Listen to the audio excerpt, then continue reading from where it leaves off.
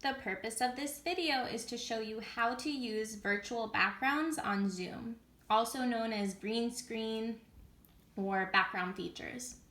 So you may notice behind me, I have a big green piece of fabric on my wall. So with the specific computer I have, the virtual backgrounds on Zoom only work if I have something green behind me. I have an older computer. I have heard with newer computers, you don't need something green behind you. But for me, if I tried doing a background with no green screen, it didn't work. So if you notice when you're setting a background on Zoom that it's not working, you may want to consider getting something green to put behind you so that the background works better. So this green screen fabric actually came in a kit from Play Spark Toys. She is the queen of green screens. I'm gonna link her information in the description box. She has a ton of resources, a ton of amazing stuff. A lot of the stuff I do are ideas from her, so I really can't take credit. I just wanna show everybody how to do those things. But just keep in mind, you don't need to spend a bunch of money on a green screen kit. This was a gift and I'm really blessed to have it. It came from an amazing coworker of mine, but had she not gotten this for me, I would have just gone to Joann's and gotten some green fabric, or I would have put up some green construction paper. So it doesn't have to be anything fancy. It can just be something green that's covering that space where you are projecting the background. So anyways, I'm on Zoom right now. In order to access the virtual backgrounds feature, what I need to do is, if I look at the stop video button, if I click on the caret next to the stop video button, it gives me some options. One of those options is choose virtual background, and if I click on that, it brings up this window and it says choose virtual background. Now, I've used this feature before, so all of these images you're seeing right now are images that I've uploaded onto here. When you're looking at it for the first time, you might not have any pictures, and that's okay. If you see, there's a blue outline around the box that says none, and that's because right now I don't have any background. But if I was to click on something like this tree, now you can see I have the tree background, and if I move this window, that's what my Zoom looks like to whoever I'm meeting with, like a student. So now they see a tree behind me. If I was to click on this boat image, I clicked on it, it's outlined blue, and now whoever's meeting with me sees me standing by the boat. So, these are basic ways how you would use the backgrounds. If I chose the blue background, now I am standing in front of a blue background. And as you can see, the quality is really nice when you have something green behind you. So again, these are backgrounds that I've uploaded into Zoom. And the way I did that is, if you look over here at this plus button, if you click on that, Zoom allows you to search through your computer to upload picture files to set as your background.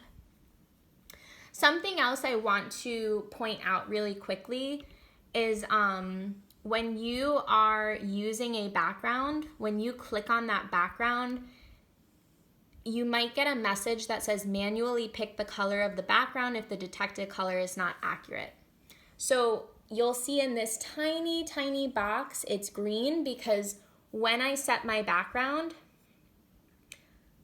it gave me this cross and I clicked on that green fabric so that Zoom knows I'm using a green background. So that's why the background is so crisp, because I made sure to manually pick the color of the background. So I wanted to point that out. So anyways, I'm just gonna backtrack for a second. I have my bridge behind me right now. So again, all we did was we went into our Zoom meeting, we found the camera button, we clicked the caret, we selected choose virtual background, and this window appears. And I'm able to switch between the backgrounds I have. If you don't have any backgrounds yet, that's okay. Like I mentioned, you can use this plus sign button to add a virtual background image. So now that I've showed you how to get to the backgrounds and how to add one, and we've talked a little bit about having something green behind us and how to manually pick the color of that green background, the next thing I want to talk about is how to insert the backgrounds into Zoom. So there's a few options you have. You can find backgrounds on the internet that have already been created, and you can use those. You can also create your own background, and I'll show you how to do that. You can also go on to Teachers Pay Teachers or other websites and purchase backgrounds. So you have a few options.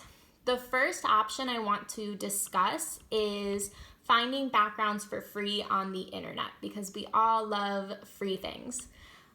So right now I am on PBS Kids Distance Learning and Style Virtual Backgrounds, and these are all free backgrounds that PBS Kids has provided that you can use with your virtual background feature on Zoom.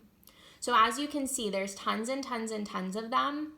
I am going to link this in the description box so that you can have them. And right now, I am going to download one and show you how I would put it into Zoom. So these backgrounds are nice because they already give you a button to download them. So if I click here to download, it brings up the image. And if I right click, I can save the image to my computer. And I'm just gonna write balls, and I'm gonna save it to my desktop. So I really am taking an image and just saving it to my desktop. And I did that by right clicking. On other websites, you might have the option to download to your desktop. This one let me save it to my desktop. So once I save this, I'm gonna go to my desktop quickly.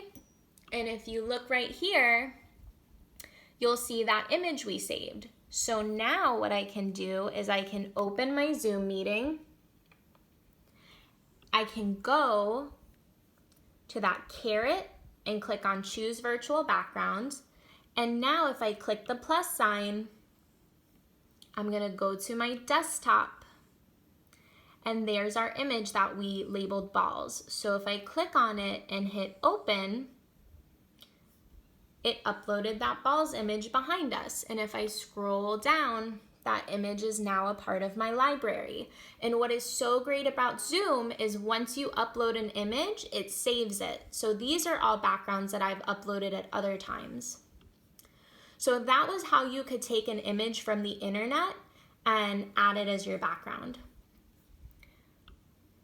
You would do the same thing if you purchased an image from a website like Teachers Pay Teachers. You would just download it to your desktop, and then you would hit Add Virtual Background. You would look for it, and you would add it to your background library. If you are looking for backgrounds and you just can't find what you're looking for, you can actually make custom backgrounds really easily. So that's the next thing I want to tell you about. So I opened up PowerPoint on my computer and I wrote my name. This is just an example. You might do something different with your kids. But if I wanted to make this a background on Zoom, I would just screenshot it, save it to my desktop, and then upload it into Zoom. So right now, I'm gonna try to do that while holding my phone. So give me a second. Nope, that didn't work. So 1 second. Nope, still didn't work. Okay, I was able to do it. Keep in mind, I have a Mac, so screenshotting on a different computer might look a little different, but I'm gonna screenshot, snip that slide, and then that slide is gonna save to my messy desktop. So there is that slide. I'm going to rename it. I'm just gonna write name for the name of it. Now, if I go onto Zoom, I'm gonna do the same process. I'm gonna click on the caret, click on choose virtual background, and I'm gonna hit the add button, and I'm going to find that slide. There it is right there, name. So if I click on that and hit open, now my name is on the slide. Keep in mind, when you upload words, they're going to look backwards, but to your students, they will not look backwards. So remember that. Don't freak out if the words look backwards. They will not look backwards to your students. So this would be a great idea maybe if you're a pre-K teacher like me and you're working on name recognition or sight words. You could create different slides with kids' names on it or sight words, something like that. But this is how you could upload your own slide that you made. If you look at the different slides I have in my library, some of them I made and some of them I downloaded for free. So there's a lot of great options out there where you don't have to spend money on slides. And I will link some different slides that I've made and that other people have made for free in the description box. So that would be how to insert a new slide. Now what I want to talk about is how would you move between slides. So for example, one of my favorite activities to do with my students is bubbles. And how I do bubbles is I start with a white background, and I teach pre-K, so I might ask them, what color do you see, or what happened? And then I usually pull out a prop. So if you look right here, I have my little jar of bubbles. And, I'll say to them, what do you see? Or what am I holding? Or what do you want? And obviously with whatever age you're working with, your instruction will be different. I just wanted to do an example with you. So my kids will say bubbles or I see bubbles, and then I'll say, what do you want me to do? And then they'll usually say open or blow bubbles. So after I open the bubbles, I hold up the bubble wand.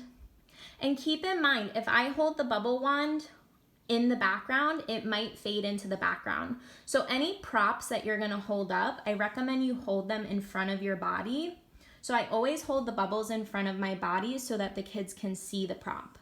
So I might say, oh, you want me to blow bubbles? Okay, I'm gonna blow bubbles, ready? So what I do is on the backgrounds, I scroll to my bubbles, and I'm gonna click between these bubble slides while I'm meeting with the student. The student is not seeing this settings window. The only thing the student is seeing is this meeting window. So they're not seeing the behind the scenes of how I'm getting those bubbles on. Only I'm seeing that. So I might say, okay, ready, we're gonna blow some bubbles. So I might hold up the bubbles and I might blow. And then normally I have two hands when I do this, so it's a little easier, but I will click on the two bubbles and I'll say, wow, what happened? And we'll talk about how many bubbles we see, which one's bigger, which one's smaller, and then I'll give them a turn. I'll say, do you want to turn? And I'll hold up the bubble wand and they'll blow, and all I'm doing is switching to the next slide. And I'll say, wow, you did such a great job. Look how many bubbles. And then I'll say it's my turn, because maybe we're working on my turn, your turn that week. So I'm gonna click on the next slide. I'm gonna pretend like I'm blowing the bubbles. And then I'm gonna quickly click on the next slide and I'm gonna say, wow, look how many. So the idea is that in order to make it more engaging, more animated, all we're doing is just clicking between the slides. So at the end, I always say, do you want to pop the bubbles? And usually they do. So I'll say, all right, let's pop, ready? And we'll sing like pop, pop, pop my bubbles, pop, pop, pop my bubbles, pop, pop, pop my bubbles. And I'll, in that time, be clicking to different slides to make the bubbles disappear. So that is how you would move between slides to make it interactive. Something else you can do is colors. So what color is this? What color is this? What color is this? Or make it a little more engaging. Can you go through your house and find me something that matches this color? Something else you can do is if you add a pocket to your green screen, and PlaySpark Toys talks about this. If you add a pocket to your green screen, you can actually put props into the green screen. So if I click on the old lady, so if you've ever read the book, like there was an old lady who swallowed something. If I move my pocket down to probably a little lower, if I move my pocket down here so that on the screen it's matching where her mouth is, then what I can do is I can feed her and it's gonna look interactive. And PlaySpark Toys, I really give them credit for this because they have taught me how to do this. So her mouth is here, and what I can do is I can pick up a prop and say, oh, we're gonna feed the old lady, you know, what is she eating? And then the food disappears into her mouth. And all I'm really doing is putting it into the pocket, but it looks like she's eating it. I made this background with clip art from Lesson Pics. So this was actually something I made in PowerPoint, and all I did was paste the picture of the old lady onto a slide, screenshot it, and put it onto Zoom. An amazing speech therapist added this block background to TPT for free. So if we were building blocks, I might say, oh, are you ready? Okay, how many blocks do you see? I see 1 block.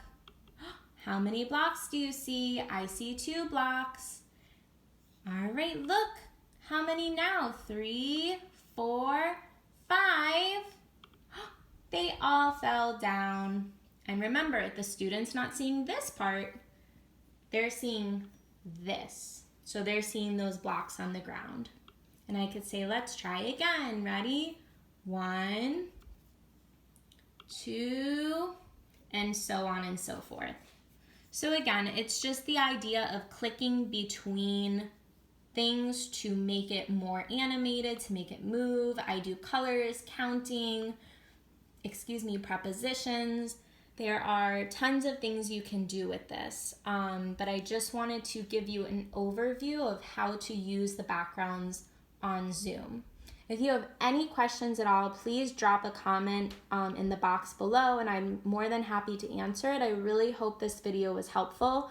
I know it was a little long and there was a lot of information, but just keep in mind, start small.